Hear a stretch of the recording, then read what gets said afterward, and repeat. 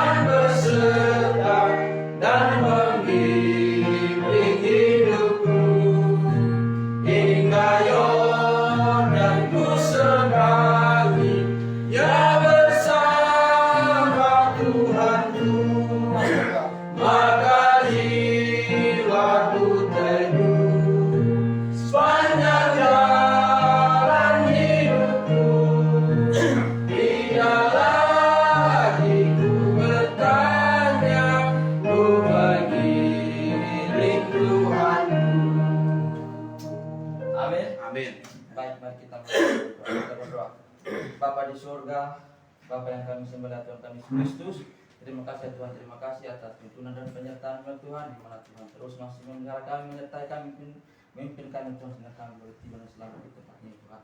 Bapa di surga, tibalah bagi kami mulai kebaktian kami ya Tuhan, oleh karena itu ya Tuhan, marilah Tuhan terus menyertai, menjaga kami ya Tuhan di saat kebaktian, agar konsentrasi kami itu tetap pada firman Tuhan. Marilah Tuhan menjaga dari awal, pertengahan hingga berakhirnya dengan baik Tuhan. Hanya di dalam nama Tuhan kami Kristus, Sang Juru Selamat kami. Amin. Amin. Baik, silakan duduk. Baik, sekali lagi mari kita memuji nama Tuhan dari nomor 129. 129.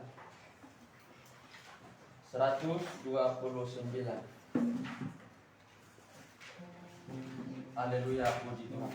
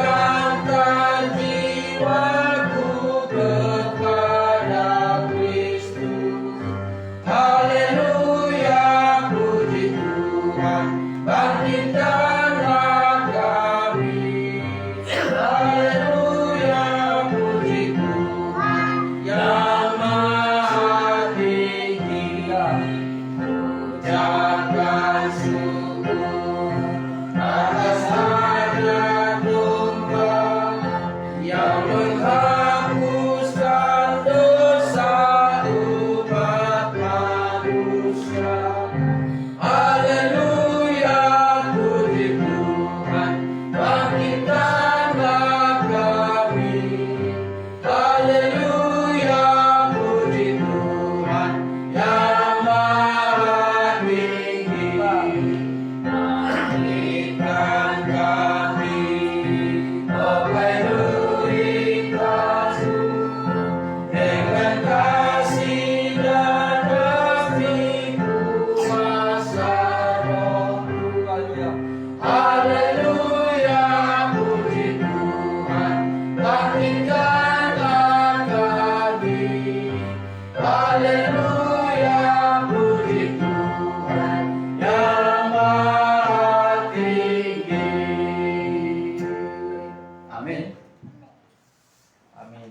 Baik, sebelum kita pembacaan firman Tuhan, sekali lagi mari kita memuji nama Tuhan dari nomor 211.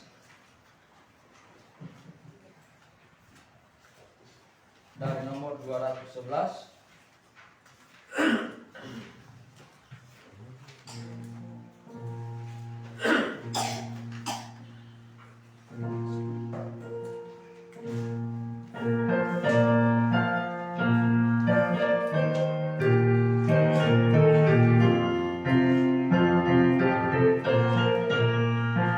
Tema terabung sepanjang masa, tema terabung yang pernah ada, tema terabung di seluruh dunia. Allah mampu menyelamatkanmu, Dia mampu untuk selamatkanmu, Dia mampu untuk selamatkanmu. Walaupun dosamu buat menjajah, Allah mampu menyelamatkanmu. Lewat terang di atas bumi, lewat terang yang dengan puji, lewat terang nyatakan lagi Allah mampu menyelamatkanmu. Dia mampu untuk selamatkanmu, Dia mampu untuk selamatkanmu. Walaupun dosa buat penjajah, Allah mampu menyelamatkanmu. Tema terang kabarkan sekarang pada yang salah dan penuh dosa. Pandanglah Allah dengan percaya, Allah mampu menyelamatkanmu. Dia mampu untuk selamatkanmu, Dia mampu untuk selamatkanmu. Walaupun dosa buat penjajah, Allah mampu menyelamatkanmu. Amin. Amin. Baik, kita akan masuk dalam pembacaan firman Tuhan.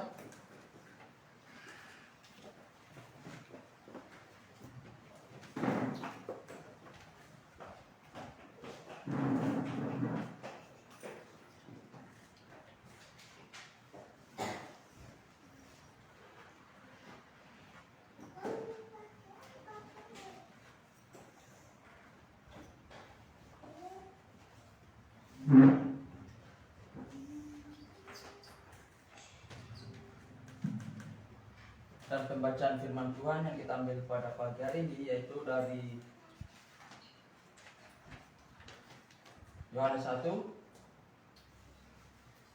ayat yang pertama. Mari kita membacakannya secara bersama-sama. 1, 2, 3. Pada mulanya adalah firman, dan firman itu bersama-sama dengan Allah, dan firman itu adalah Allah. Baik, demikian pembacaan firman Tuhan. Dan selanjutnya kita akan masuk dalam persembahan. Dalam persembahan ini saya minta petugas untuk menjalankan dengan kita mengiringi lagu himne dari nomor 408. Dari nomor 408.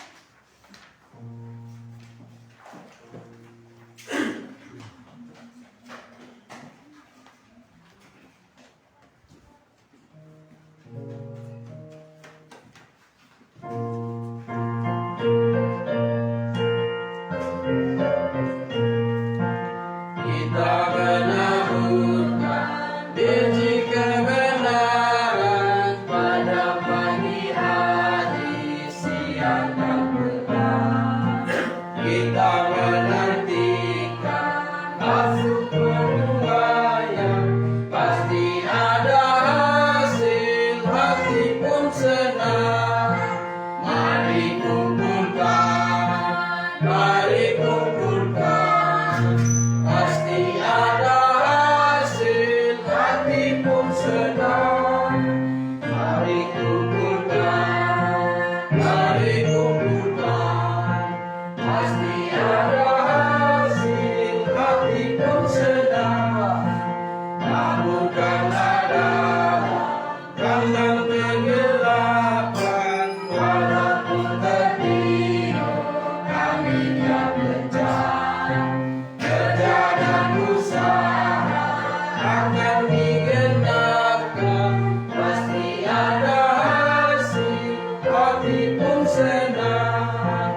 Mari kumpulkan, mari kumpulkan, pasti ada hasil, hati pun senang. Mari kumpulkan, mari kumpulkan, pasti ada hasil, hati pun senang. Amin.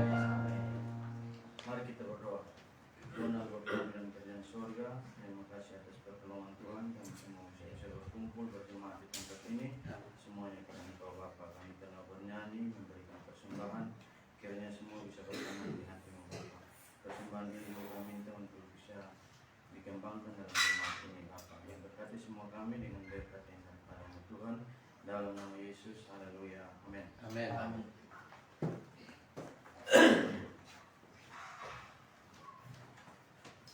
Baik, sebelum kita masuk dalam firman Tuhan, jika ada kesaksian dari saudara-saudari, saya persilakan maklum.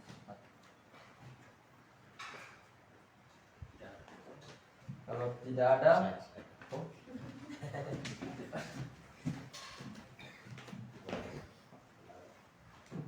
Tidak ada yang, jadi saya akan mempersembahkan satu pujian.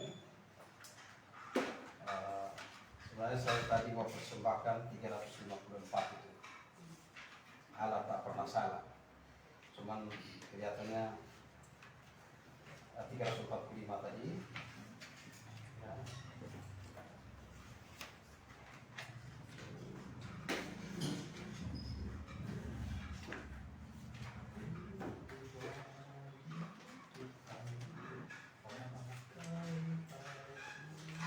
Baik, 345, Allah tak pernah salah.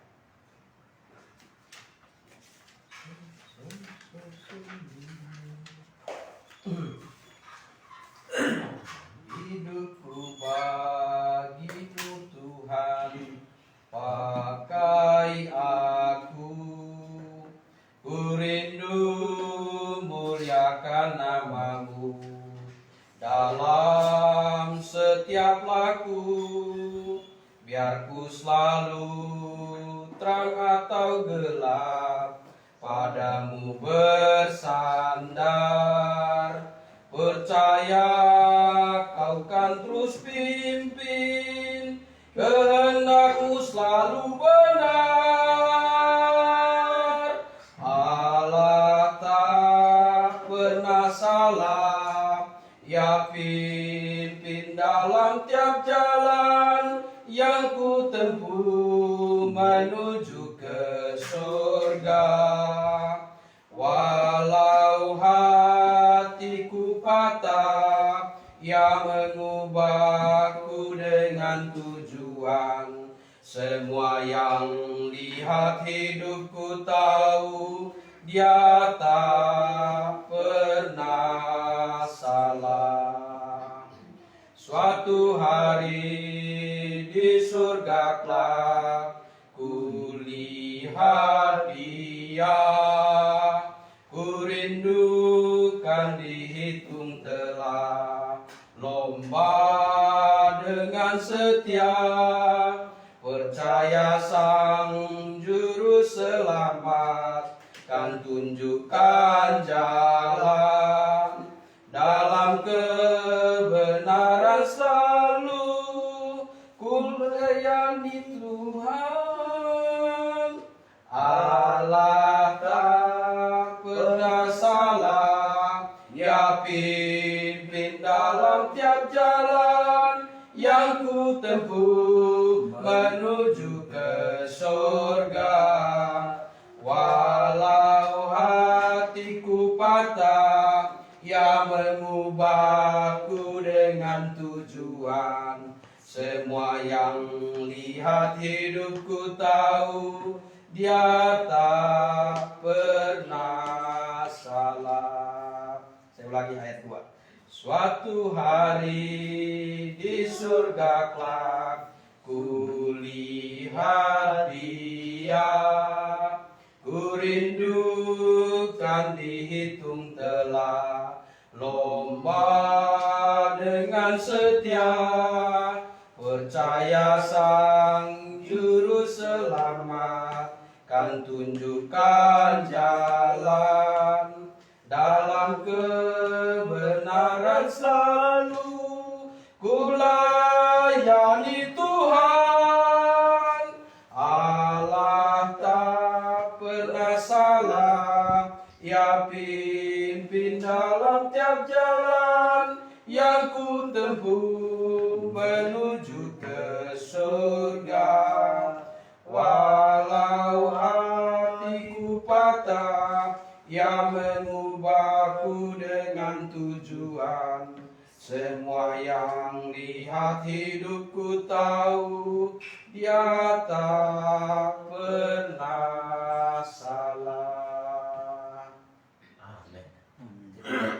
Lagu memberikan satu pesan bagi kita di dalam segala situasi, di dalam segala keadaan. Allah tak pernah salah. GBIA Kebenaran baru kehilangan salah seorang diaken, ya, diaken yang punya peran penting, diaken yang setia, ya, mulai dari GBIA Kebenaran jumlah jemaat 7-8 orang, dia tetap setia sampai hari ini. GBIA Kebenaran, ya, kebaktian bisa sampai 50-60 orang, dan sudah buka berapa tunas, ya. Dia meninggal di usia 45 tahun, kurang lebih 45 tahun, Diaken Okto. Tuhan berikan dia satu talenta di bagian musik, sehingga Gembala Kurnia, di antara semua senior saya, suara yang paling fals itu Gembala Kurnia. Jadi kalau dia nyanyi itu persis membaca. Ya, saya masih agak, bukan saya puji diri, memang saya fals juga, hanya lebih sedikit lebih, tapi Tuhan pimpin salah satu diakennya jago bermusik, dan mereka pernah buat satu piringan lagu himne itu yang lagu Bapa Surgawi Memeliharaku. Ada 5 lagu, itu lagunya bagus sekali, dan itu dipelopori, di backup oleh Diaken Okto. Dan Diaken Okto beberapa hari yang lalu dipanggil pulang oleh Tuhan. Saya kirimkan lagu ini kepada teman-teman di hamba Tuhan, terkhusus kepada Gembala Kurnia, karena bulan Maret kemarin dia kehilangan kakaknya, saudara kandungnya, Gembala Firman meninggal dunia juga. Ya, Gembala GBIA Philadelphia, dan barusan dia kehilangan juga seorang diaken. Jadi saya kasih di lagu bahwa Allah tak pernah salah. Amin. Amin. Amin. Kehendaknya selalu benar. Baik, terima kasih. Inilah pujian saya.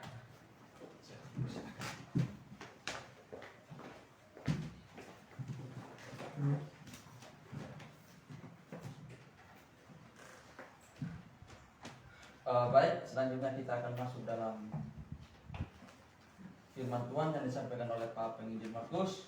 Oleh karena itu, mari kita membuka pujian kita dari nomor 192.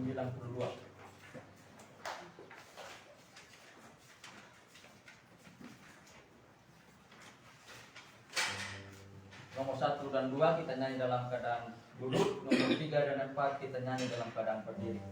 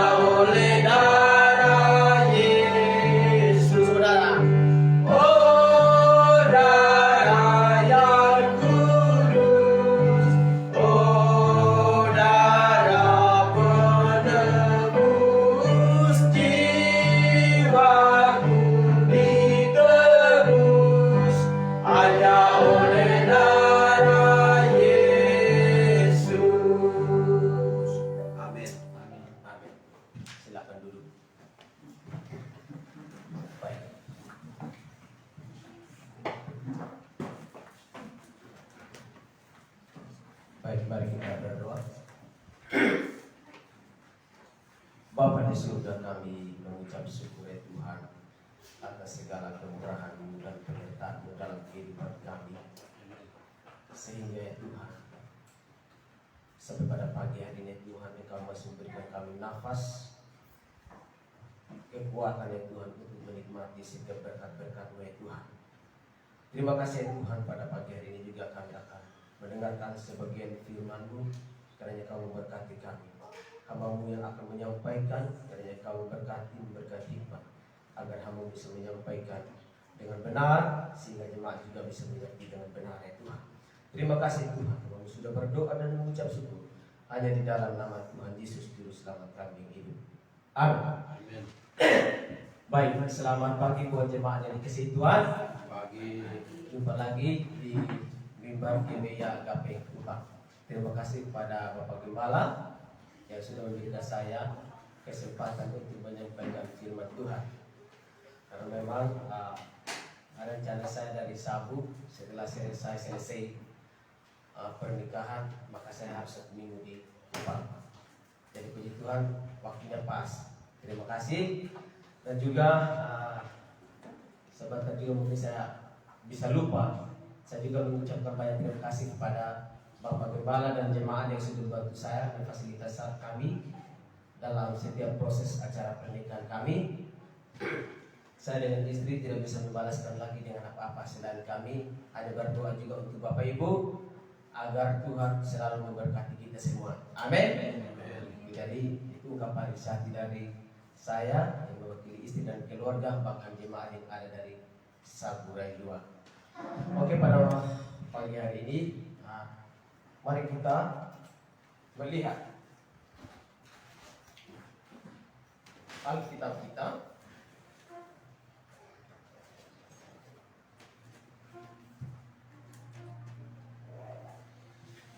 Alkitab kita dari Matius pasal yang keempat.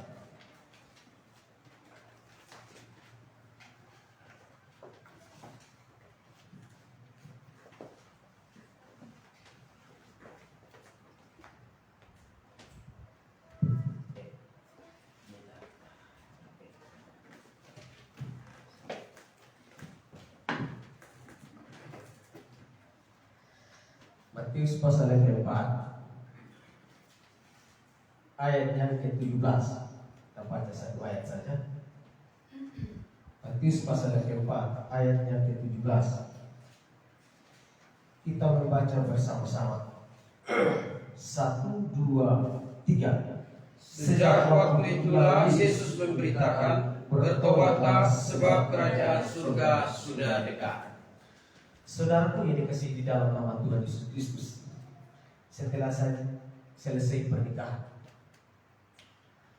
saya kunjungan ke keluarga, bahkan saya pantau adik-adik saya yang datang dari Jakarta, di mana mereka menginjil keluarga di tengah-tengah keluarga, terutama saat ini di saat pandemi, dan orang-orang Kristen selalu membantah mereka. Membantah mereka kenapa? Membantah di mana mereka tidak ada keinginan untuk mau diajar oleh kebenaran firman Tuhan. Itu orang Kristen sendiri. Dan saya melihat lagi seperti Bapak Diaken Oko yang begitu semangat diaken di GBI kebenaran melayani Tuhan. Mereka sudah diajar sedemikian rupa dengan kebenaran. Jadi mereka sudah sungguh-sungguh pasti sudah bertobat dan percaya, dan itu ada persiapan yang mantap. Jadi mati kapanpun dia pasti masuk surga. Jadi ketika saya melihat Bapak Ibu, saudaraku yang dikasihi di dalam nama Tuhan Yesus Kristus, terutama di kalangan orang Kristen sekarang, kalau kita berbicara yang namanya pertobatan, mereka tidak mau mengindahkan yang seharusnya tindakan pertobatan itu dari orang Kristen. Tetapi sebaliknya mereka mau meremehkan yang namanya pertobatan itu sendiri. Sehingga mereka ketika kita mengajarkan mereka selalu tidak mau menerima yang namanya kebenaran yang diberitakan oleh setiap hamba Tuhan, terutama tentang pertobatan. Amin. Saudaraku yang dikasihi di dalam nama Tuhan Yesus Kristus. Jadi ketika kita melihat saat pandemi COVID-19 saat ini, yang paling penting kita untuk memberitakan kepada manusia yang sudah jatuh ke dalam dosa apa sebenarnya. Apa yang paling inti? Sebenarnya itu tentang pertobatan. Jadi kalau tidak diajarkan dengan benar yang namanya pertobatan, seperti teks yang kita baca tadi, seperti menyerukan Yesus sendiri kepada orang-orang kopi itu, bertobatlah sebab kerjaan Allah sudah dekat ini. Kalau kita juga pada saat ini tidak mau merespon dengan benar dan berusaha untuk memahami dengan secara benar, maka kita tidak mungkin diselamatkan. Amin.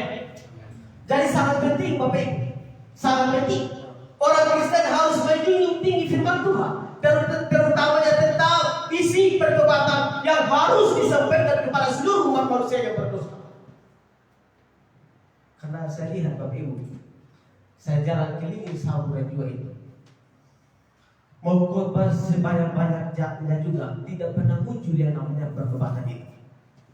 Itu menandakan bahwa di akhir zaman memang betul-betul orang Kristen sudah tidak mau lagi melihat kebenaran yang sesungguhnya, terutamanya tentang pertobatan, di mana mereka ketika mereka mau berubah, mereka bisa menjadi kehidupan yang benar di hadapan Tuhan, yang memberikan bukti bahwa mereka betul-betul sudah bertobat dan menerima Yesus sebagai Tuhan dan Juru Selamat. Saudaraku yang dikasihi di dalam nama Tuhan Yesus, jadi pertobatan itu penting. Jadi pertobatan itu apa, saudaraku? Kita melihat dulu pertobatan itu apa. Pertobatan itu sebenarnya ada beberapa aspek. Pertobatan itu ada beberapa aspek. Mungkin kita orang GBA sudah sering khotbah doktrin keselamatan. Tetapi kalau tidak diresapi dengan baik dan tidak mau melakukan dalam hidupnya, nol ke bawah, bukan nol kecil, nol ke bawah, itu tidak ada gunanya. Jadi aspek yang pertama adalah unsur yang menyangkut pikiran. Ada menunjukkan terjadi perubahan perspektif. Ada unsur yang pertama adalah menunjukkan terjadinya perubahan perspektif terhadap dosa.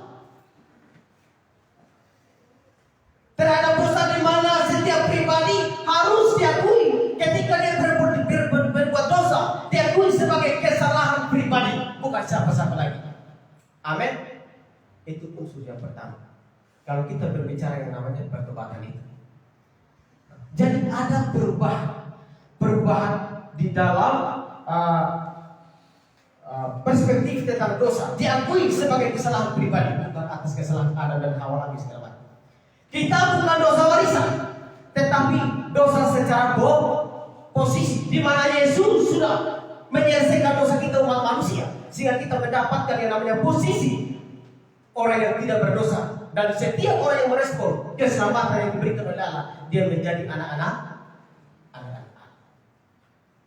Harus diakui dulu secara pribadi bahwa dosa itu sebenarnya sekarang ketika saya jatuh ke dalam dosa, maka saya itu bukan karena siapa-siapa lagi, tetapi karena saya sendiri yang tidak mau tunduk kepada firman Tuhan.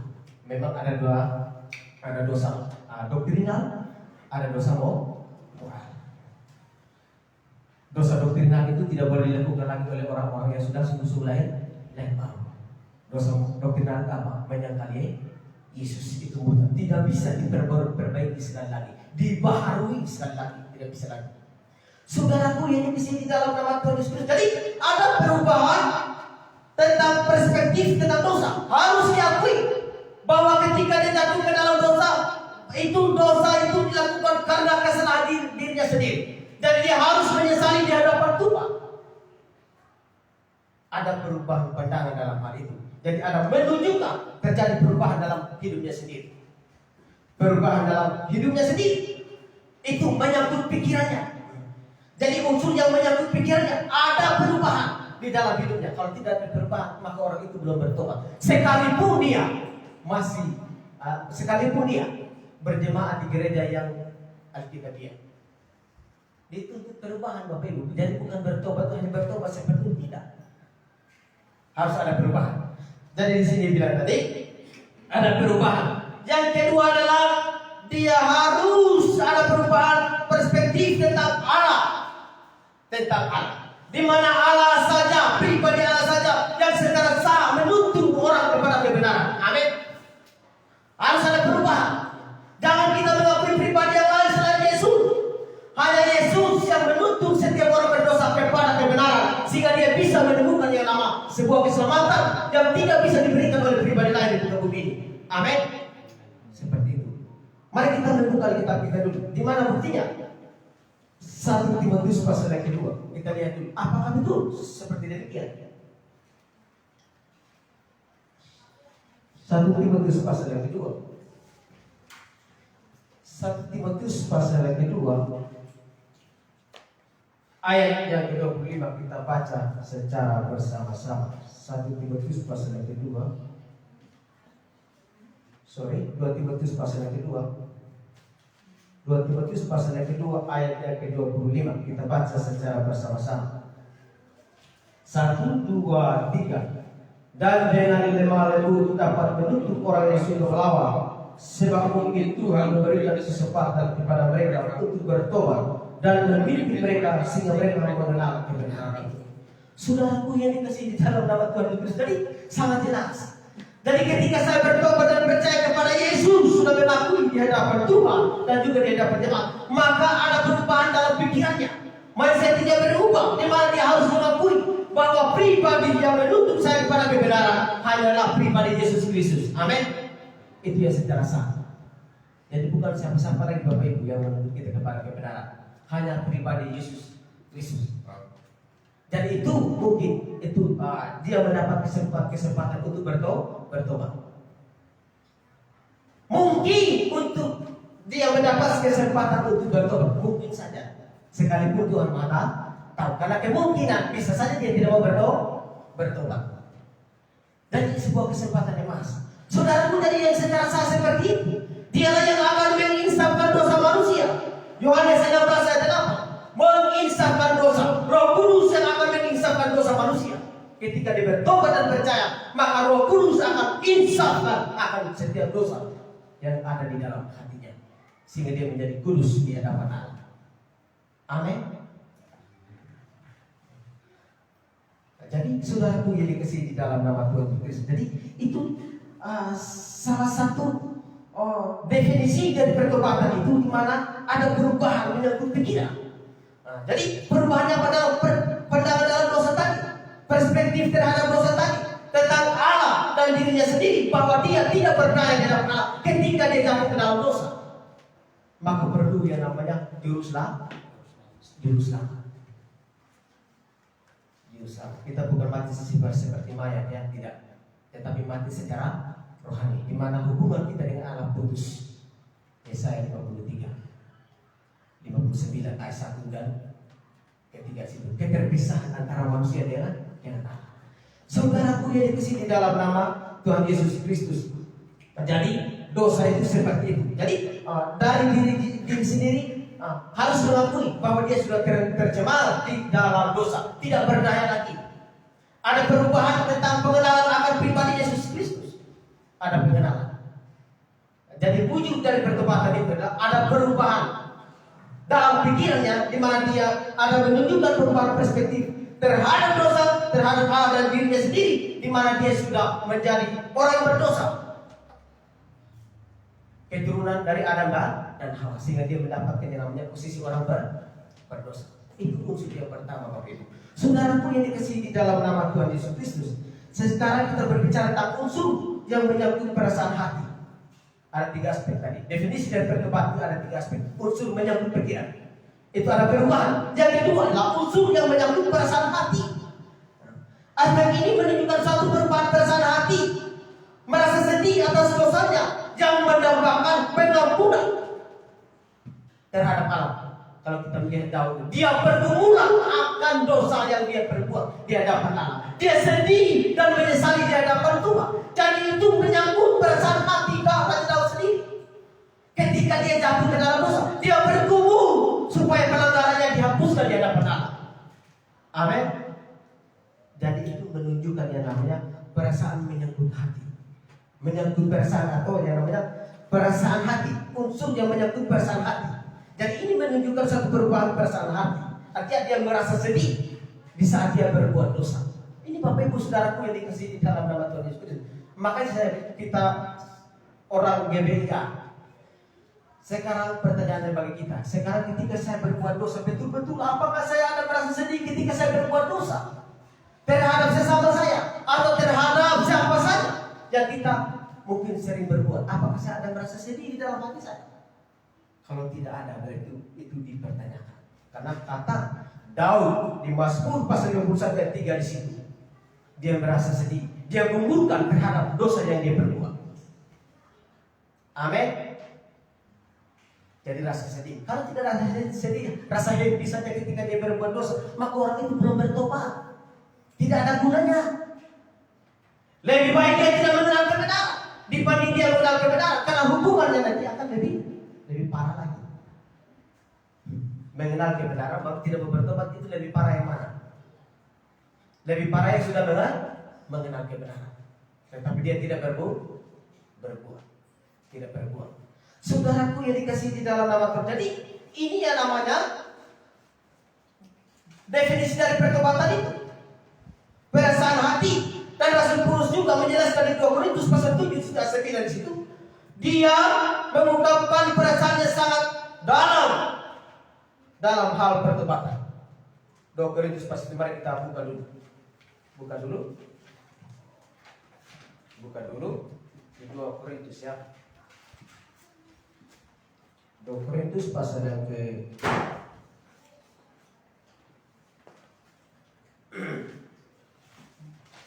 2 Korintus pasal yang ke-7 ya. 2 Korintus pasal yang ke-7 ayat yang ke-9 dan ke-10. Kita baca secara bersama-sama. 1, 2, 3. Namun sekarang aku bersuka cita, bukan karena kamu telah berduka cita, melainkan karena duka citamu membuat kamu bertobat. Sebab duka citamu itu adalah menurut kehendak Allah, sehingga kamu sedikit pun tidak dirugikan oleh karena kami. Saudara, ini Rasul Paulus mengungkapkan isi hati perasaannya kepada jemaat yang ada di Korintus. Dia bersuka cita di sini bilang apa? Namun sekarang aku bersuka cita, bukan karena kamu telah berduka cita, melainkan karena duka citamu membuat kamu bertobat. Kita Rasul Paulus ini dengan teman-temannya ini, dia mengalami kesukaran yang sangat berat di medan pelayanan. Tetapi begitu pun mereka mendidik jemaat-jemaat di Asia kecil. Banyak yang bertahan di Korintus juga ada perpecahan. Ada yang lari, perceraian. Ada yang namanya ini perselisihan antar jemaat. Ada di situ. Kalau kita melihat di 1 Korintus pasal yang ke-5 di sini, kalau tidak salah di sini. 1 Korintus pasal yang ke-5 di sini kalau tidak salah. Di situ ada perpecahan di dalam jemaat. Di 2 Korintus juga sini ada di sini. Di 2 Korintus ini. Tentang perselisihan mereka di situ. Saya ada lupa ayatnya. 1 Korintus pasal 3. 1 Korintus pasal yang ketiga ya. 1 Korintus pasal yang ketiga di situ. 1 Korintus pasal yang ketiga. Perselisihan antara mereka di situ. 1 Korintus ya. Kemudian 11 ayat yang ke 1 Korintus pasal 3 ya. pasal 11 juga ada. Pasal Ayat 11 juga ada. 1 Korintus pasal 3 ayat 11.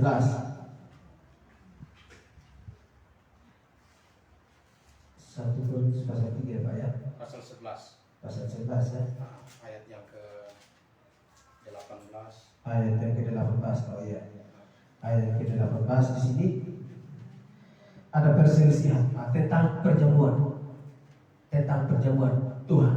Di mana waktu itu ada yang ingin mengenyangkan untuk dikenyang supaya kenyang, dan itu Tuhan menghukum mereka karena mereka berbuat tidak layak. Mereka tidak memuji diri mereka terlebih dahulu, baru mereka mengambil yang namanya perjamuan Tuhan, sehingga ada hukuman waktu itu. Kalau kita baca seterusnya, ada yang meninggal. Nah, jadi itu dosa juga. Dosa itu ada yang bisa mendatangkan kematian. Jadi sakit itu bisa kenapa? Bisa karena dosa. Kalau baca di sini ada pelanggaran yang di pasal 11, pasal seterusnya ada sampai di pasal ayat yang ke-24 sampai 29 di sini. Baca seterusnya di sini. Ada di situ. Nah, saudaraku ini di sini dalam nama Tuhan Yesus. Jadi di sini dikatakan jadi menyangkut perasaan hati kita, perasaan hati yang mau menyesali setiap dosa kita di hadapan Tuhan. Menyesali bahwa saya sudah sungguh berdosa di hadapan Allah. Kalau dia mungkin sudah bertobat dan percaya, maka dia menyesali di hadapan Tuhan. Menyesali itu bukan sekedar hafal Bapak Ibu. Pastor itu sering mengatakan seperti itu kepada kami. Bukan hafal. Hafal dengan menghayati itu dua hal yang berbeda. Hafal itu nas.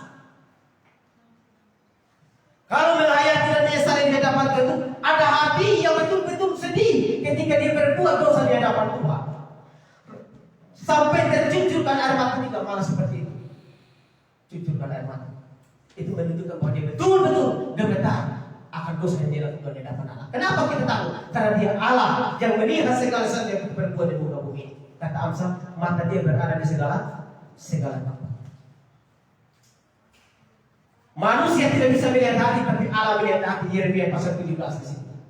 Hati manusia licik, membatu, tetapi Allah tahu setiap hati kita. Amin. Jadi itu pertobatan. Jadi unsur yang kedua tadi tentang perasaan hati. Hati kita harus rasa sedih ketika berbuat dosa, Bapak Ibu. Makanya saya bilang di saat pandemi ini, orang lagi tidak ada merasa menyesal terhadap dosa, justru berbuat dosa. Seperti yang disampaikan oleh Bapak Gembala Jesuat waktu di Jawa, penyimpangan seksualitas. Sekarang pandemi ada tak? Sekarang baru buka sedikit saja sudah beramai ke bar, diskotik segala macam. Ramai. Bahkan kalau pemerintah larang, memang mereka, maka mereka buat sekumpulan di rumah-rumah mereka sendiri. Bahkan tadi malam di Liliba seperti itu.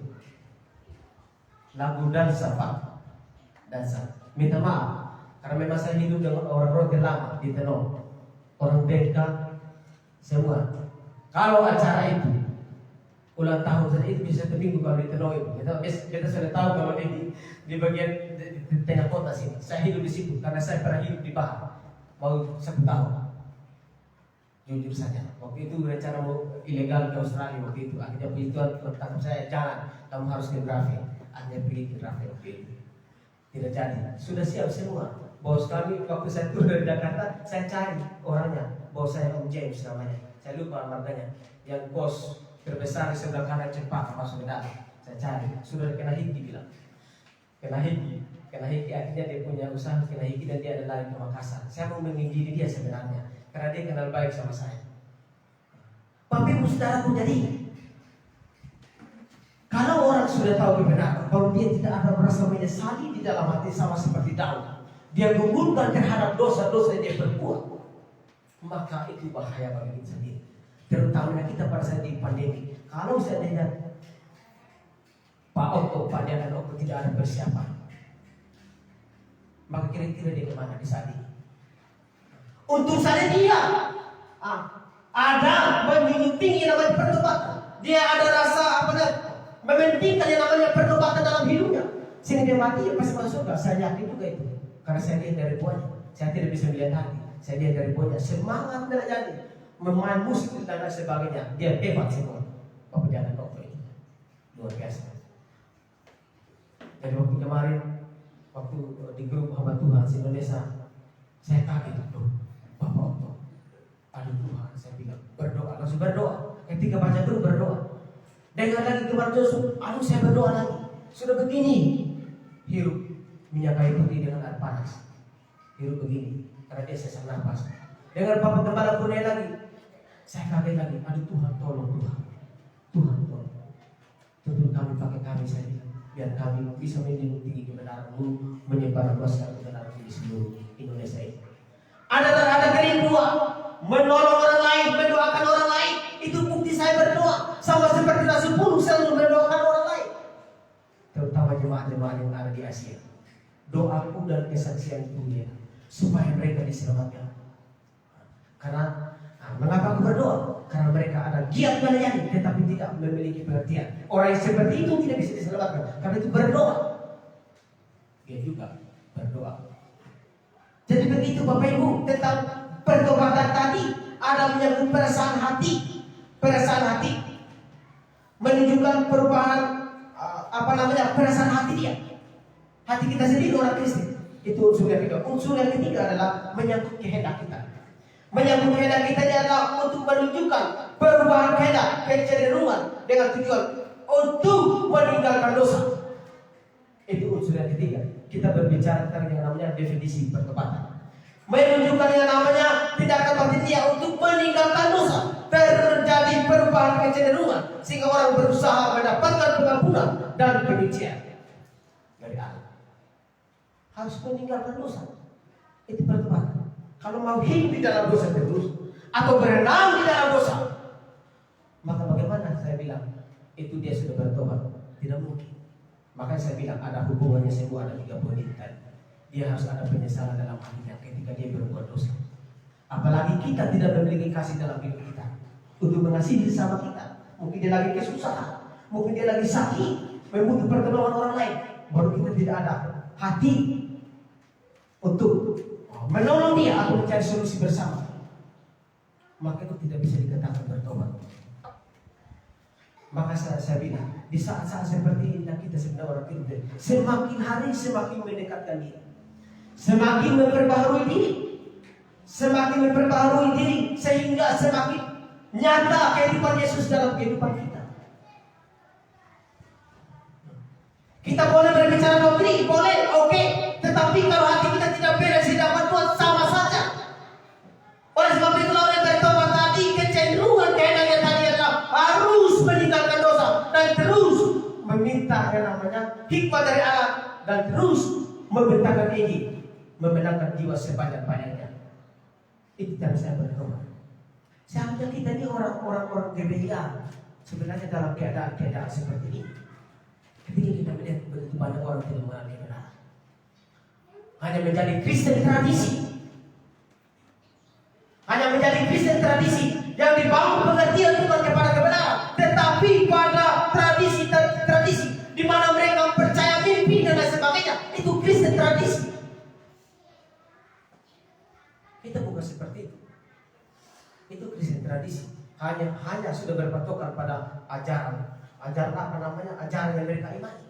Misalnya tadi tentang mimpi dan lain sebagainya. Kalau kita membaca di dalam Kejadian, di Yeremia dan lain sebagainya, Yeremia 23 dan lain sebagainya di situ, Yehezkiel, mereka lagi menjunjung tinggi mimpi mereka dan lain sebagainya. Hanya menjunjung tinggi itu saja sehingga mereka bertumbuh dan lain sebagainya. Jadi kacau balau kan? Berbuat palsu, berkanjang pada penglihatan dan membesar-besarkan diri menurut Korintus di sini.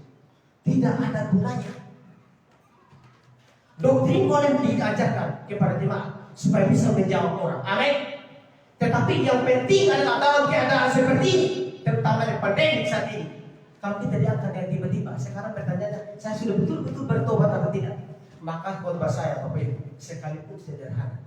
Saya berpikir, saya tanya sama istri, kamu sudah dia tanya sama saya, kamu sudah persiapan khotbah? Saya mesti pikir-pikir tema dulu, saya bilang. Pikir-pikir tema yang sederhana. Saya ngomong seperti itu. Pandemi ini seperti apa? Kita harus khotbahkan apa? Karena ada orang yang berpikir, oh saya sudah bertobat, saya sudah di GBI, tetapi saya tidak tahu hati. Maka saya pikir, saya kasih tahu dia, saya khotbah tentang pertobatan dan pentingnya pertobatan itu untuk apa? Harus tahu supaya kita tahu bertobat. Karena orang yang di luar sana Kristen tradisi, ya seperti yang saya bilang tadi, kalau kamu sudah bertobat mana kasih tunjuk, berarti dia tidak tahu pentingnya pertobatan untuk apa. Dan pertobatan itu sendiri dia tidak tahu. Mereka menanyakan balik kepada kita, Bapak Ibu, kalau memang kamu sudah lahir baru, kamu saja secara ekonomi susah, cari pacar saja susah, lalu apa yang kami bisa percaya kepada kamu? Itu orang yang tidak mengerti kebenaran. Itu Kristen tradisi, Bapak Ibu. Saya sudah cek ulang-ulang orang-orang di kampung sana. Saya sudah jalan keliling. Ngomongnya aneh-aneh, Bapak Ibu. Mungkin di kota mungkin ya kebintangannya lebih jauh dari mereka. Bisa, itu sudah pasti. Jadi jawabannya mungkin ya pasti masuk akal dibanding mereka di sana yang betul-betul buta. Karena saya penginggir sampai hutan, Bapak Ibu. Hutan sampai ujung sana, ujung selatan juga. Coba lihat di Google itu. Sampai di ujung ada yang namanya Porhau, itu menjadi wisata. Saya pergi di sana. Saya akan sengaja coba adik-adik saya, Tobi. Jadi kamu harus pergi dengan sampah situ. Saya pergi sendiri. Kok kenapa saya pergi? Oh tidak apa-apa, saya bilang. Saya jalan. Pergi saja. Ikuti di bapaknya penginggir karena sudah tidak bisa jalan. Akhirnya dia karena kerja rumput laut, mereka di pantai. Akhirnya bagaimana supaya menjangkau Injil di sana? Akhirnya saya harus pergi dari, kalau dari rumah saya sih tidak sampai 20 menit. Cuman itu memang hutan sabu bagian Mesara sudah itu. paling ujung sudah. Itu tidak ada rumah, hanya rumah-rumah orang yang kerja agak saja, laut seperti itu. Jadi saya pergi. Yang membantu saya itu cewek yang datang ke sini, ada Beatrice itu. Dia yang membantu saya, pegang gitar, pegang buku dengan mama saya. Mama saya tidak berdampak, PE. Bapak juga begitu, tidak berdampak karena motor di rumah dua siapkan semua. Cuma mulai mereka datang ke Kupang dan sebagainya, saya jemput, saya penjemputan pribadi. Tapi jadi kita selalu menolong. Itulah yang namanya bukti kita orang lahir baru dalam Tuhan, mengasihi sesama kita, Bapak Ibu. Saya betul-betul mengasihi. Kasih Allah harus ada dalam hati saya supaya orang lihat. Jadi pertobatannya, perasaan seperti itu. Jadi kehendak itu kita harus meninggalkan dosa. Meninggalkan dosa. Mari kita membuka dulu salah satu perumpamaan Lukas 15. Lukas 15 ini mungkin sudah tahu. Saya ada siap ayat-ayatnya. Cuma waktunya nanti kita baca secara bersama-sama. Lukas pasal yang ke-15 ayat yang ke-17 sampai yang ke-18 kita baca secara bersama-sama. 1, 2, 3. Lalu ia menyadari keadaannya, katanya, betapa banyak orang upahan Bapakku untuk berlimpah-limpah makanan, ya. Tetapi aku di sini mati kelaparan. Aku akan bangkit dan pergi kepada Bapakku dan berkata kepadanya, Bapa, aku telah berdosa terhadap surga dan terhadap Bapa. Saudaraku, ini perumpamaan tentang anak yang hilang. Perumpamaan tentang anak yang hilang, di mana yang sulungnya itu yang bungsu itu ayat 11 di sini dikatakan bahwa Yesus berkata lagi, ada seorang mempunyai 2 anak laki-laki, kata yang bungsu kepada ayahnya, Bapa, berikanlah kepadaku bagian harta milik kita yang menjadi hakku. Lalu ayahnya membagi-bagikan harta kekayaan itu di antara mereka. Jadi yang bungsu ini sebelum meninggal ayahnya, dia meminta harta warisannya kepada bapaknya. Tapi yang biasanya kan orang tua meninggal dulu baru minta. Tapi yang bungsu ini meminta harta warisannya. Ketika bapaknya membagikan hartanya, dia pergi ke negeri lain untuk berfoya-foya. Dan ketika dia mendapat musibah di sana, dia sadar bahwa itu semua yang dia perbuat terhadap bapaknya itu dosa, sehingga dia bangkit kembali, mau berbalik kepada ayahnya, dan dia akui bahwa itu dosa. Jadi itu kecenderungan orang yang bertobat itu dari kehendaknya.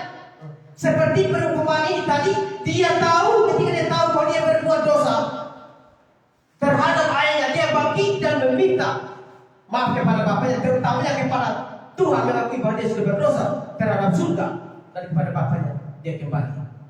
Itu perubahan dalam kehendaknya. Perubahan dalam kehendak, dia meninggalkan dosa yang dia perbuat. Jadi kita melihat di sini, bapaknya bagaimana? Apakah tidak mengasihi anaknya sulungnya? Tetap mengasihi. Lalu kenapa tidak pernah berbuat pesta untuk yang sulung? Oh, tidak, karena sudah menjadi bagian pilihnya juga sebenarnya. Jadi tidak masalah sebenarnya. Cuma dari yang sulung ini menunjukkan juga sikap dia itu mengasihi diri sendiri. Dia tidak berusaha memahami bahwa kasih bapaknya itu adil terhadap mereka berdua. Jadi itu kita mendapat pelajaran bahwa ketika kita berbalik dari dosa itu, meninggalkan dosa yang kita berbuat, kasih Bapa itu tetap mengasihi orang yang berbalik dari dosanya, meninggalkan dosanya, dan berbalik bertobat dan percaya. Maka Bapa dengan setia tetap mengasihi dia dan menerima dia untuk memberikan pengampunan. Amin. Tetap seperti itu Bapak Ibu. Dan jangan bilang Tuhan tidak adil. Jangan.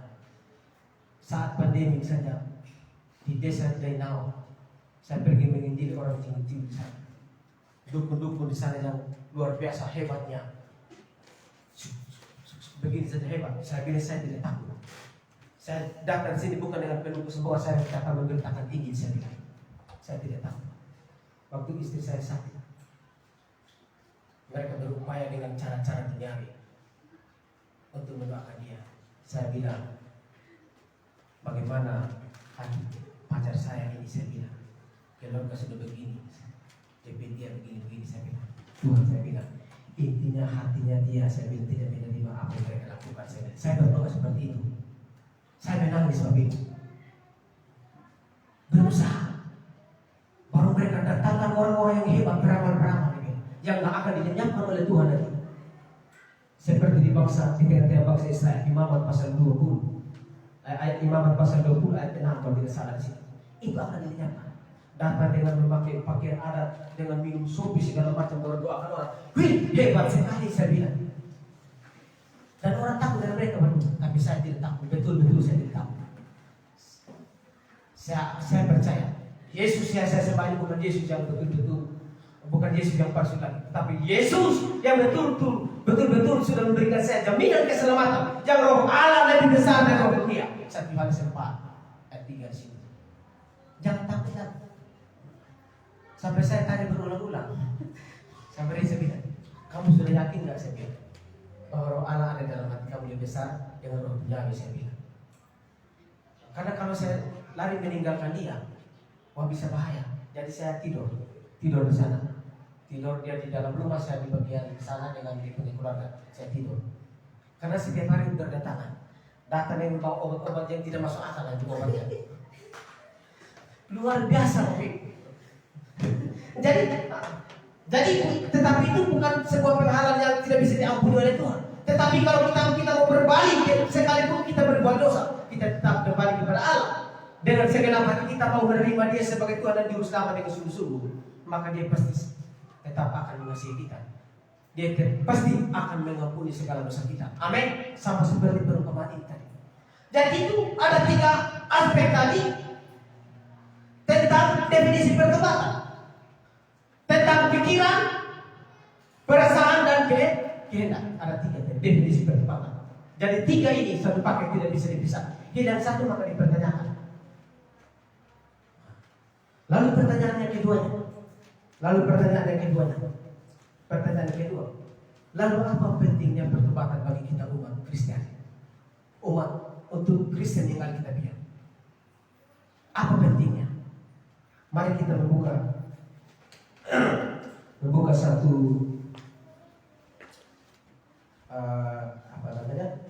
membuka satu ayat Ulangan pasal yang ke-18.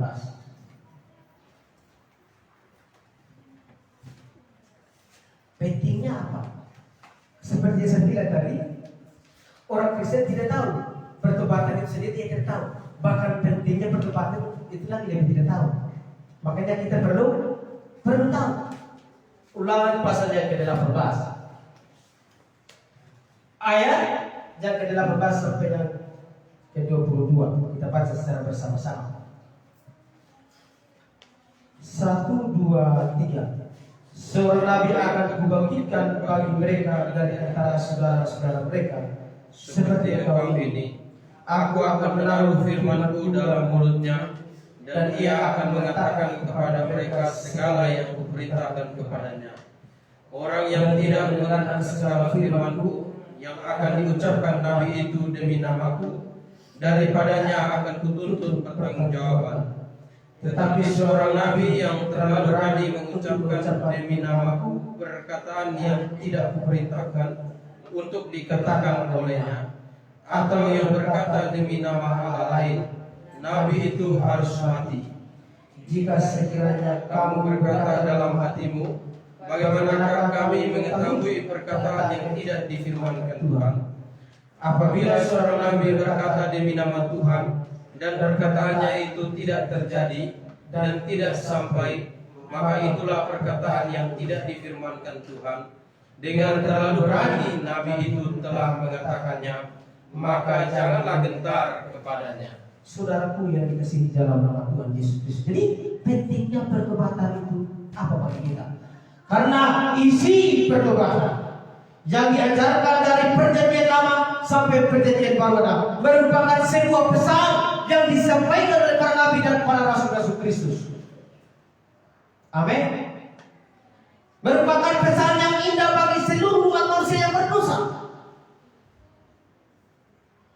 Isi pertobatan itu merupakan pesan yang indah yang disampaikan oleh para nabi, oleh para rasul, bahkan Yesus Kristus sendiri yang menyampaikan kepada umat manusia, terutama kepada orang-orang Yahudi waktu itu.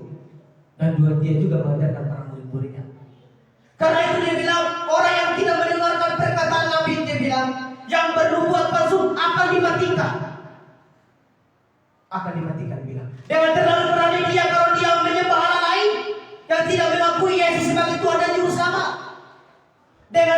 berani dia gitu. Dan orang yang seperti itu akan mati. Akan mati suatu saat. Amin. Bisa saja waktu-waktunya sekarang. Tuhan ambil kalau waktunya Tuhan datang. Bapak Ibu. Oleh karena itulah karena kita tahu Nabi dipilih langsung oleh Allah, penyambung lidah Allah untuk menyampaikan wahyu lisan kepada bangsa Israel. Contohnya Musa memimpin bangsa Israel dari perbudakan di Mesir terus ke tanah Kanaan, di mana mereka banyak hidup kesannya, tegar tengkuk, sehingga mereka tidak mau menyembah Allah yang benar. Sekalipun Allah menuntut mereka melalui Musa untuk mengasihi Allah Yehova. Allah yang kalian menyembah itu harus Allah Yehova.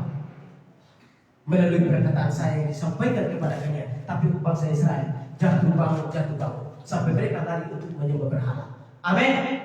Seperti itu Bapak Ibu. Kasih karunia dikasih kepada mereka. Mana daging lain sekali dikasih, tetapi masih bersungguh-sungguh juga. Luar biasa Bapak Ibu. Jadi pesan yang merupakan yang disampaikan oleh para nabi dan para rasul. Para rasul-rasul. Jadi jangan terlalu berani kalau ada nabi yang berkata bernubuat palsu, yang menjunjung tinggi penglihatan seperti yang saya katakan tadi. Kalau kita melihat di Yeremia pasal 23, mari kita melihat dulu. Yeremia pasal yang ke-23. Yeremia pasal yang ke-23. Kita baca satu ayat saja. Ada beberapa ayat sih sebenarnya. Yeremia pasal ke-23. Ayat 16 dan ayat yang ke-25. Kita baca secara bersama-sama. Yeremia pasal yang ke-23 ayat 16 dan ayat yang ke-25 kita baca secara bersama-sama. 1, 2, 3. Beginilah firman Tuhan semesta alam. Janganlah dengarkan perkataan para nabi yang bernubuat kepada kamu. Mereka hanya memberi harapan yang sia-sia kepadamu dan hanya mengungkapkan penglihatan mereka hatinya sendiri, bukan apa yang datang dari mulut Tuhan. Ayat 25. Aku telah mendengar apa yang dikatakan oleh para nabi yang bernubuat palsu demi namaku dengan mengatakan aku telah bermimpi.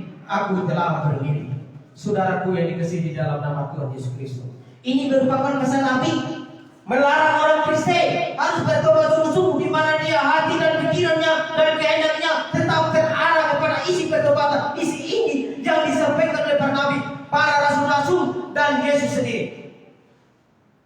Harus mengarahkan dirinya.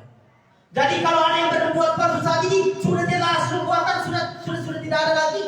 Karena wahyu yang adalah sudah selesai ketika wahyu pasal 22 di sini. Sudah selesai, tidak ada lagi wahyu. Tidak ada lagi Tuhan menurunkan wahyu melalui mimpi, tidak ada lagi. Sudah selesai. Jadi siapa yang menambah menguranginya malah petaka untuk dia. Amin. Dengan terlalu berani kalau ada orang yang berbuat palsu. Apalagi nubuat itu tidak terjadi, itu lebih parah lagi. Lebih parah lagi, bernubuat palsu. Ada lagi saya lihat video kemarin tentang COVID ini.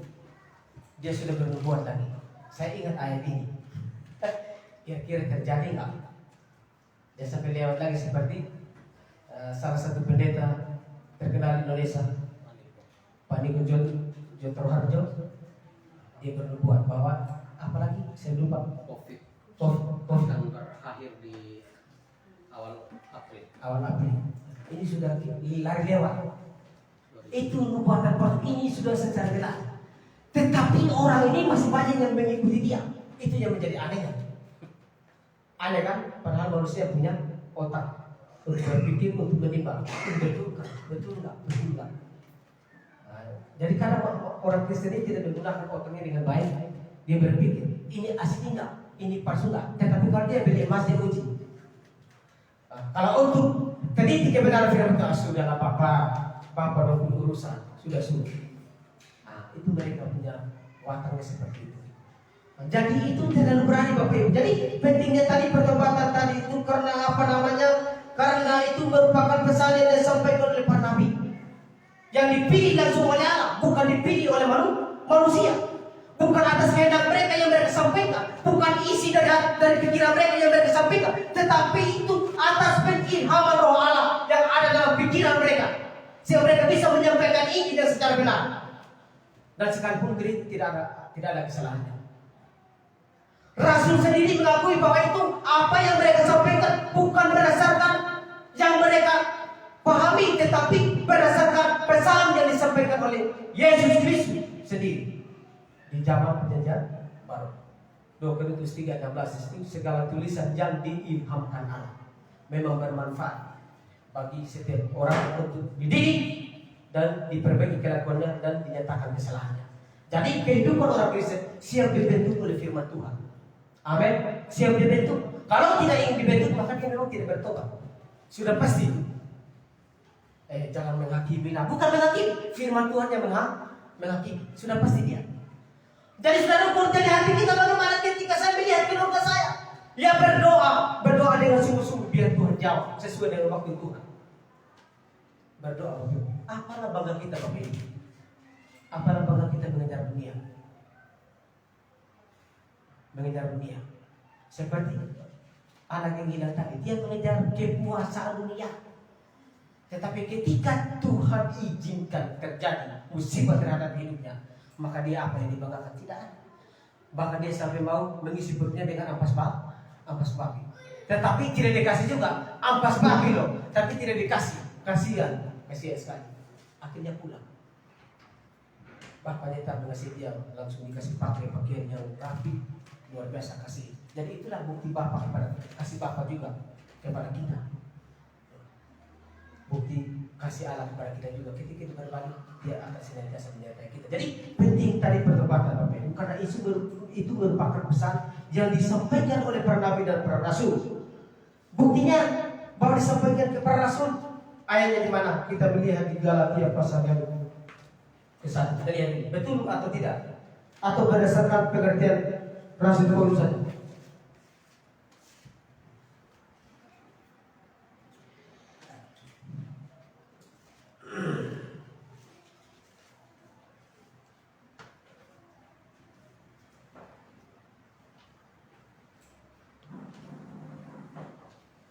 Galatia pasal yang ke-1 ayat yang ke-11 sampai yang ke-12.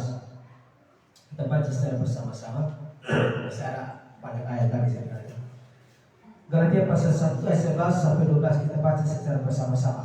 1, 2, 3. Sebab aku menegaskan kepadamu, saudara-saudaraku, bahwa Injil yang kuberitakan itu bukanlah Injil manusia, karena aku bukan menerimanya dari manusia, dan bukan manusia yang mengajarkannya kepadaku, tetapi aku menerimanya oleh pernyataan Yesus Kristus. Saudaraku, ini sudah pengakuan dari Rasul pun sebagai Rasul Yesus Kristus. Dia bukan menerima dari manusia. Dia bukan diajarkan oleh manusia, tetapi Yesus sendiri yang mengajarkan dia.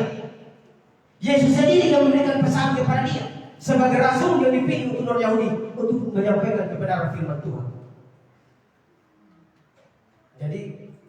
Jadi kita jangan beragama seperti orang-orang di luar sana. Kisah di sana bilang ini kan ditulis oleh manusia, bukan. Memang ditulis oleh manusia, tetapi atas ilhamkan Roh Kudus sehingga mereka mengingat dan menulis seperti itu. Jadi ini bukan disampaikan. Jadi pentingnya kenapa? Karena isi ini betul-betul dari Allah melalui para nabi, melalui para rasul-rasul. Oleh karena itulah penting bertobat itu di situ sudah. Kita harus menerima setiap isi firman yang mereka sampaikan kepada kita. Makanya di zaman nabi-nabi tadi itu, kalau ada nabi-nabi yang bernubuat palsu akan dimatikan. Itu membuktikan bahwa posisi nabi dengan Mazmur sebiasa dengan bangsa Israel ada perbedaan. Ada kuasa khusus yang diberikan kepada mereka, kepada para nabi. Jadi kita juga saat ini seperti itu. Rasul-rasul memang hanya 12 rasul, tidak boleh ada penambahan. Rasul itu hanya 12, tambah dengan rasul 10 menjadi 13. Tidak ada lagi selain rasul itu. Jadi kalau ada yang saat ini datang dengan kita menyamar seperti maka itu rasul palsu. Jadi itu tadi pentingnya pertobatan. Jadi kita jangan meremehkan yang namanya firman Tuhan itu Bapak Ibu. Tuhan tidak mau seperti itu. Meremehkan firman Tuhan sehingga kita nanti lari kepada ajaran-ajaran yang lain. Bahkan sampai kita menjunjung tinggi mimpi-mimpi yang aneh-aneh. Tidak mau patuh pada firman Tuhan, tidak mau tunduk kepada firman Tuhan di mana Dia beritakan kepada kita harus tunduk kepada firman Tuhan itu sendiri. Jadi seperti itu. Karena Kristen tradisi itu mereka menjunjung tinggi namanya mimpi. Kristen tradisi itu Bapak Ibu. Ada yang bilang tadi malam saya sakit. Itu sering saya sakit. Berarti nanti kalau bilang sakit itu biasanya mereka itu bilang apa? Oh saya tidak akan sakit lagi seperti itu. Jadi mereka bolak-balik itu seperti itu. Saya tidak sakit lagi. Giliran lagi apa namanya? Saya naik mobil. Oh berarti saya akan miskin. Kalau saya miskin akan jadi kaya. Mereka bolak-balik. Jadi mereka itu berpatokannya hanya pada mimpi, bukan pada firman Tuhan. Padahal firman Tuhan bilang urusan uang itu cara Tuhan sendiri. Yang Tuhan perintahkan kepada kita adalah mencari jiwa.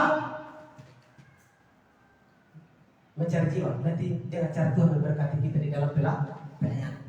Amin. Seperti itu. Nanti kalau orang tanya kan akan repot. Betul Ustaz. Kadang-kadang saya punya tanda begitu. Saya sering tegur mereka itu di sabu itu. Karena tidak ada orang yang bertegur. Paling saya sudah di tengah-tengah keluarga. Jujur saja, tanya saja sama adik-adik saya semua. Karena bilang, oh kamu ini tidak diberkati oleh Tuhan. Hidup kamu kan begini terus. Padahal dia lagi makan nasi. Dia bilang, kamu tidak diberkati. Saya ini sukses, dia bilang. Jadi saya tanya lagi, karena percaya Yesus kan? Iyalah, dia bilang. Lalu dia tidak percaya Yesus, kenapa ada yang lebih kaya dari kamu? Berarti kamu juga tidak dikasih hidup, saya bilang.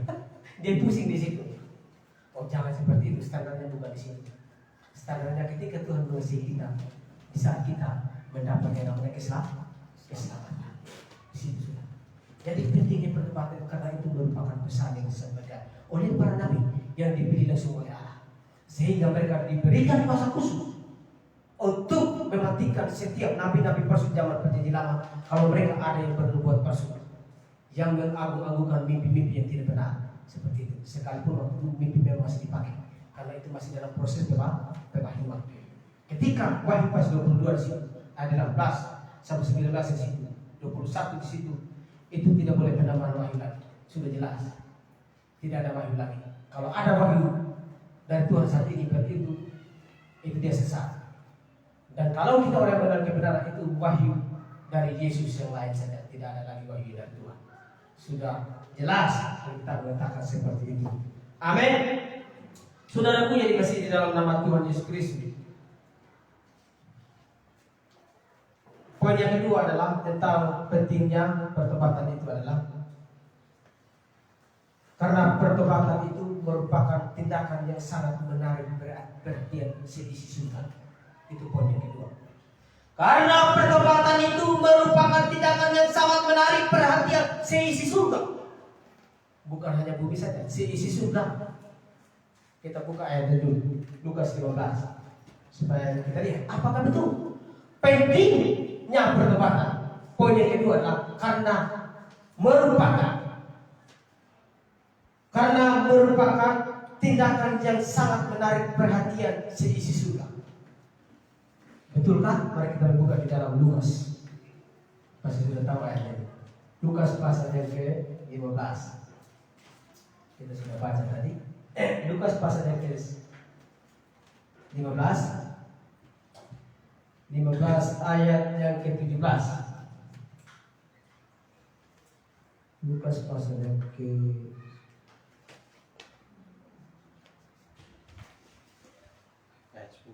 ayat 10 sorry. Lukas pasal 15 ayat 7 juga. Ayat 7 ya. Kita baca secara bersama-sama. Lukas pasal 15 ayat 7. Kita baca 1, 2, 3.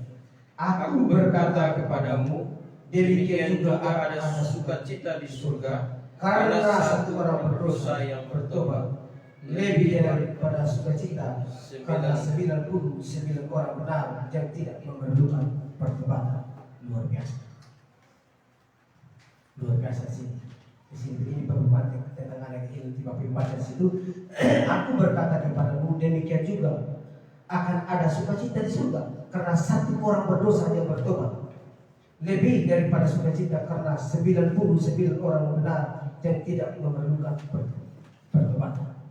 Ada sukacita di dalam surga. Siapa yang sukacita di sana? Malah malaikat. Dengan orang-orang percaya. Pastikan orang percaya saat ini sudah ada dong. Amin. Atau masih di tempat yang lain? Tidak. Langsung. Jadi ada sukacita. Yesus sendiri akan bersukacita di sana. Jadi saudaraku yang dikasihi di dalam nama Tuhan Yesus Kristus, ketika kita merenungkan, jadi kita mencari kesukaan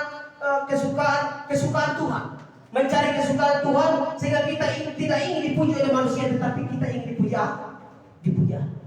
Karena kita mencari kesukaan Allah. Karena itulah kita giat dengan segiat-giatnya untuk memberitakan ini. Karena satu orang bertobat saja, sukacita di surga.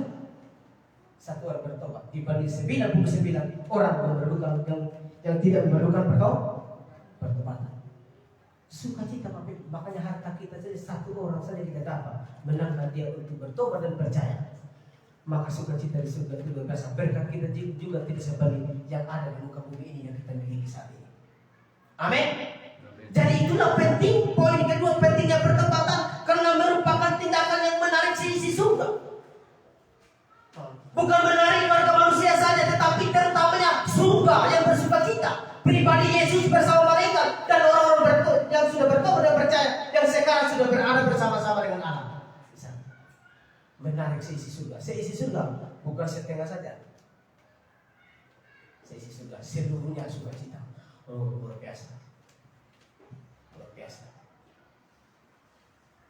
Dari kita sebenarnya Bapak Ibu, kita harus kejar yang namanya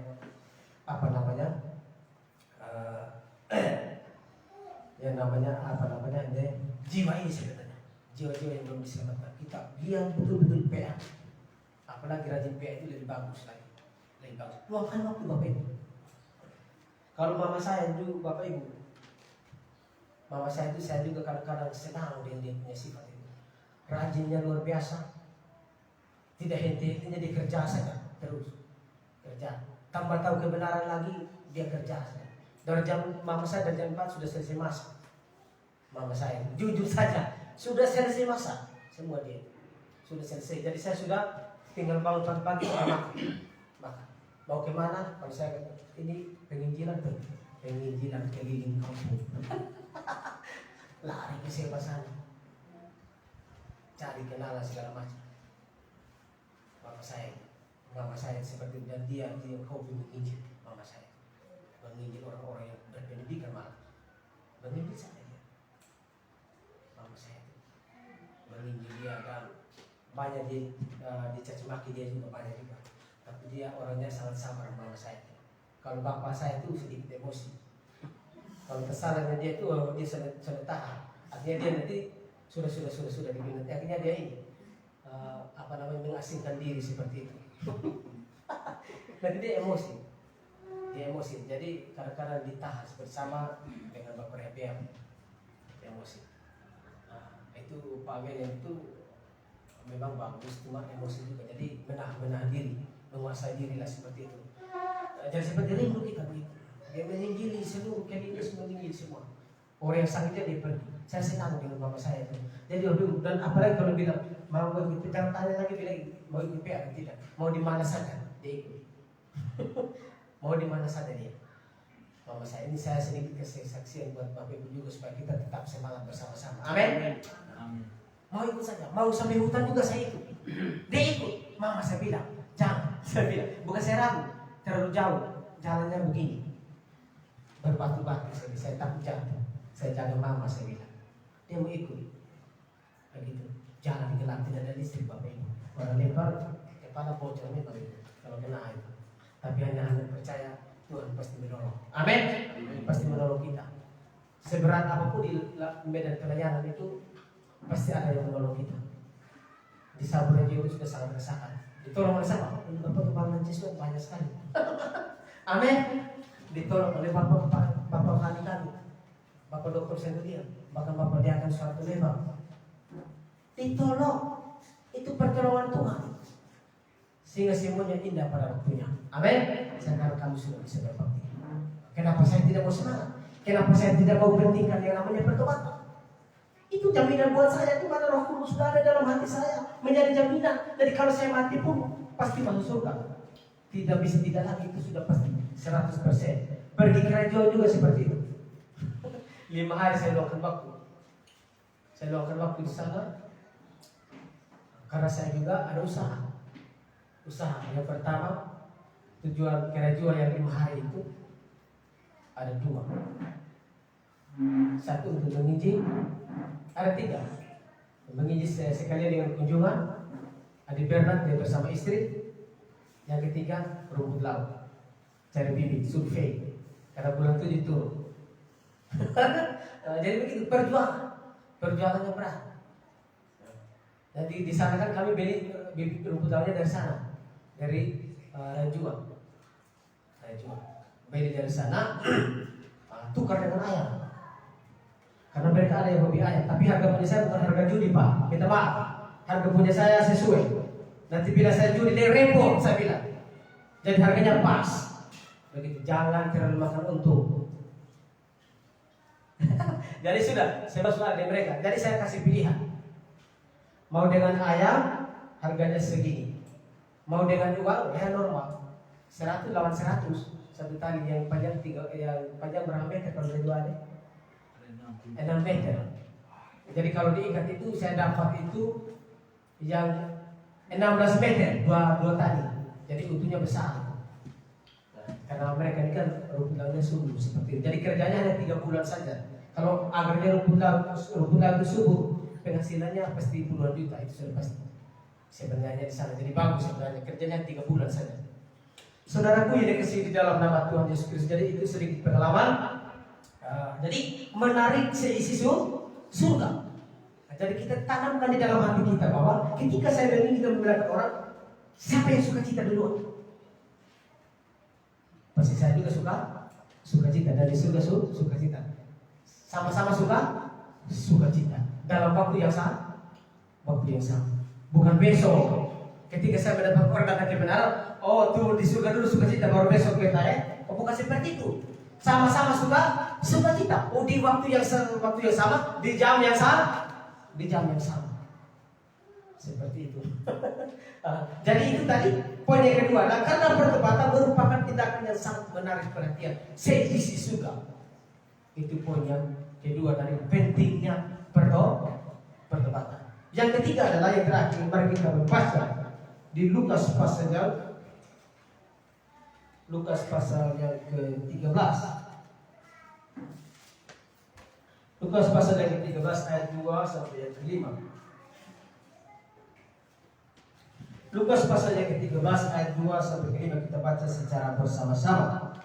1, 2, 3. Yesus menjawab mereka, sangkamu orang-orang Galilea ini lebih besar dosanya daripada dosa semua orang Galilea yang lain, karena mereka mengalami nasib itu. Tidak, kataku kepadamu, tetapi jikalau kamu tidak bertobat, kamu semua akan binasa atas cara demikian. Ataukah kamu ke-18 orang yang mati ditimpa menara dekat Siloam lebih besar kesalahannya daripada kesalahan semua orang lain yang diam di Yerusalem? Tidak, kataku kepadamu, tetapi jikalau kamu tidak bertobat, kamu semua akan binasa atas cara demikian. Saudaraku yang dikasihi dalam nama Tuhan Yesus Kristus, jadi jangan coba-coba membandingkan dosa. Dosa ini lebih besar, baru kamu lebih begini. Jangan, tidak. Yang Tuhan tuntut adalah jikalau kamu tidak bertobat, maka kamu akan sama-sama dibinasakan. Jadi poin yang ketiga adalah karena pertobatan merupakan syarat mutlak untuk orang diselamatkan. Amin. Syarat mutlak. Bertobat memang tidak mendapat keselamatan, tapi apabila hati mau ingin bertobat. Bagaimana hati ingin mau berbalik dan bertobat dengan sungguh-sungguh kepada Tuhan? Karena iman tanpa perbuatan pada akhirnya mati. Dan iman tanpa pertobatan tidak mungkin diselamatkan. Demikian juga sebaliknya, bertobat tanpa percaya tidak mungkin diselamatkan. Buktinya di mana? Mari kita melihat di Kisah Para Rasul 26. Kisah Para Rasul Kisah Para Rasul 26. Kita baca sampai habis ayat. Kisah Para Rasul pasal yang ke-26 ayat 20 kita baca secara bersama-sama. 1, 2, 3. Tetapi mula-mula aku memberitakan kepada orang-orang Yahudi di Damsyik, di Yerusalem dan di seluruh tanah Yudea, dan juga kepada bangsa-bangsa lain, bahwa mereka harus bertobat dan berbalik kepada Allah, serta melakukan pekerjaan yang sesuai dengan pertobatan itu. Kisah Para Rasul pasal yang ke-20, kita lihat dulu, ini ayat yang membuktikan bahwa pertobatan tanpa iman tidak mungkin diselamatkan. Demikian juga iman tanpa pertobatan tidak mungkin diselamatkan. Kisah Para Rasul pasal yang ke-20 ayat yang ke-21, kita baca secara bersama-sama. 1, 2, 3. Aku senantiasa bersaksi kepada orang-orang Yahudi dan orang-orang Yunani supaya mereka bertobat kepada Allah dan percaya kepada Tuhan kita Yesus Kristus. Jadi saudaraku, ini dua hal ini satu paket. Jadi bertobat tanpa percaya tidak mungkin diselamatkan. Mengapa seperti itu Bapak Ibu? Karena sekarang ada orang yang belum bertobat mengajak orang yang belum diselamatkan untuk datang kepada kebenaran tanpa menunjukkan pribadinya bahwa dia masih hidup di dalam kesesatan. Ada orang seperti itu, betul Ustaz? Ada orang sekarang dia hanya bertobat saja, tetapi sebenarnya dia tidak beriman yang sebenarnya, sehingga dia mengajak orang yang belum diselamatkan untuk datang kepada kebenaran yang menurut dia itu sebuah kebenaran, dan yakinkan dia itu tanpa mau menunjukkan pribadinya bahwa dia posisinya masih dalam hidup dalam kesesatan. Itu orang seperti itu diselamatkan nggak? Diselamatkan. Kalau saya orang itu belum bertobat baru ajak dia untuk mengenal kebenaran, orang itu diselamatkan atau tidak? Tidak. Bukti ayatnya mana? Kalau orang yang belum diselamatkan mengajak orang tidak bisa diselamatkan. Ayatnya di mana? Kita buka di ini dulu. Kasih ayatnya dulu. Matius pasal yang ke-7. Matius pasal yang ke-7. Matius pasal yang ke-7. Ayat 15 sampai ke 19 kita baca saja. Matius pasal yang ke-7 ayat 15 sampai ke 20 kita baca secara bersama-sama. 1, 2, 3. Waspadalah terhadap nabi-nabi palsu yang datang kepadamu dengan menyamar seperti domba, tetapi sesungguhnya mereka adalah serigala yang buas. Dari buahnya kamu akan mengenal mereka. Dapatkah orang memetik buah anggur dari semak duri, atau buah ara dari bukit duri? Demikianlah setiap pohon yang baik menghasilkan buah yang baik, sedang pohon yang tidak baik menghasilkan buah yang tidak baik. Tidak mungkin pohon yang baik itu menghasilkan buah yang tidak baik, ataupun pohon yang tidak baik itu menghasilkan buah yang baik. Jadi dari buahnya lah kamu akan mengenal mereka. Saya ulang lagi ayat 17. Demikianlah setiap pohon yang baik menghasilkan buah yang baik, sedang pohon yang tidak baik menghasilkan buah yang tidak baik. Tidak mungkin pohon yang baik itu menghasilkan buah yang tidak baik, ataupun pohon yang tidak baik itu menghasilkan buah yang baik. Saudaraku, ini di dalam nama Tuhan Yesus. Jadi ini salah satu berbicara tentang pelajaran. Dari buahnya lah kita mengenal mereka. Amin. Dari buahnya lah. Dari isi pengajaran itu kita mengenal mereka. Bahwa mereka itu betul-betul nabi palsu atau tidak. Dari buahnya lah, dari pengajarannya kita bisa mengenal mereka. Tidak ada ukuran yang bisa menilai sebuah pengajaran sesat selain kita mengenali yang namanya pengajaran yang mereka yakini. Amin.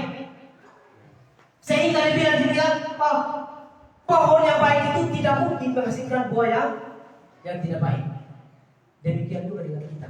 Kalau orang itu tidak bertobat lalu menginjil orang, bagaimana mungkin orang itu bisa menjadi ciptaan baru dalam Yesus Kristus? Tidak mungkin. Sebaliknya Tuhan mau adalah orang itu sudah lahir baru menginjil sehingga mendapat hasil bahwa orang itu bisa dirubah sesuai dengan apa yang Tuhan katakan kepada kita, di mana dia bisa mau bertobat dan dilahirkan kembali oleh Roh Kudus. Jadi saya tidak percaya. Kalau saya pribadi, saya ikut firman Tuhan. Jadi kalau orang menginjil juga, dia akan tetap seperti ayat ini dia.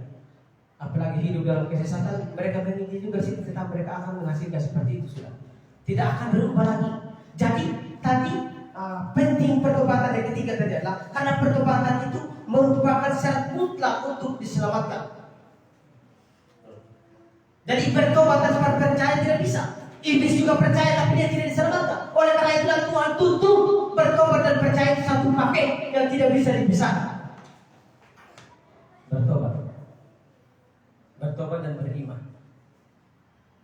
Seperti itu. Saudaraku yang dikasihi di dalam nama Tuhan Yesus Kristus. Jadi Tuhan sudah kasih tahu kepada kita, sudah beritahukan kepada kita bahwa memang keselamatan itu yang diprioritaskan oleh Tuhan untuk kehidupan manusia yang berdosa. Dari Kejadian sampai Wahyu juga dia selalu menjunjung tinggi yang namanya keselamatan. Ketika manusia jatuh ke dalam dosa, dia janjikan akan kirim juru selamat untuk mengalahkan maut. Di Kejadian pasal 3 ayat 9 untuk menemukan yang namanya kepala ular itu. Di saat dia mati di atas kayu salib. Dia sudah janji di 1 Timotius 2 juga ayat 3 situ. Kehendak utama Allah di situ, dia menghendaki supaya semua orang diselamatkan dan memperoleh pengetahuan akan kebenaran. Amin. Jadi pertobatan tadi yang saya sampaikan pada pagi hari ini adalah buat kita semua ada tiga apa tadi? Terdiri dari 3 aspek. Unsur yang pertama tadi menyangkut perubahan pikiran. Yang kedua adalah menyangkut perasaan hati. Yang ketiga menyangkut kehendak, di mana dia mau meninggalkan dosa. Yang kedua tadi, poin yang kedua tadi, pentingnya pertobatan apa? Yang pertama tadi apa? Yang pertama tadi karena pertobatan merupakan pesan dari para nabi dan para rasul, bahkan Yesus sendiri. Yang kedua adalah karena pertobatan merupakan tindakan yang sangat menarik perhatian seisi surga. Yang ketiga, karena pertobatan merupakan syarat mutlak untuk orang berdosa diselamatkan. Amin. Demikian firman Tuhan yang saya sampaikan. Mari kita berdoa.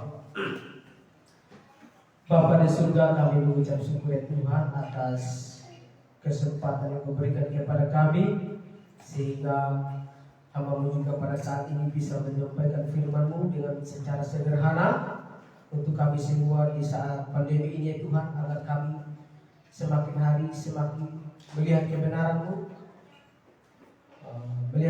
sebagai satu-satunya firman yang memiliki isi untuk menuntut kami kepada pertobatan, sehingga kami bisa percaya kepada Engkau sebagai Tuhan dan Juru Selamat ya Tuhan, sehingga mati kapan saja kami ya Tuhan, kami bisa pasti masuk surga ya Tuhan. Karena itu melalui firman-Mu yang kami pelajari pada pagi hari ini ya Tuhan, boleh biarlah menguatkan kami, sehingga hari demi hari juga ya Tuhan kami membuktikan bahwa kami oleh sudah sungguh-sungguh lahir baru, di mana kami mau memberikan buah teladan yang baik bagi keluarga kami, bahkan teman-teman kami dimanapun mereka berada ya Tuhan. Engkau berkati jemaat-Mu yang hadir pada pagi hari ini, agar mereka selalu senantiasa hidup di dalam kebenaran firman-Mu, menjunjung tinggi kebenaran firman-Mu, dan juga ya Tuhan kiranya kau menguatkan mereka, memberikan semangat agar mereka tetap semangat untuk memberitakan Injil di kota Kupang ini ya Tuhan, sehingga banyak jiwa yang dimenangkan untuk yang mulia nama-Mu ya Tuhan. Hamba-Mu sudah berdoa dan mengucap syukur hanya di dalam nama Tuhan Yesus Juru Selamat kami hidup. Amin.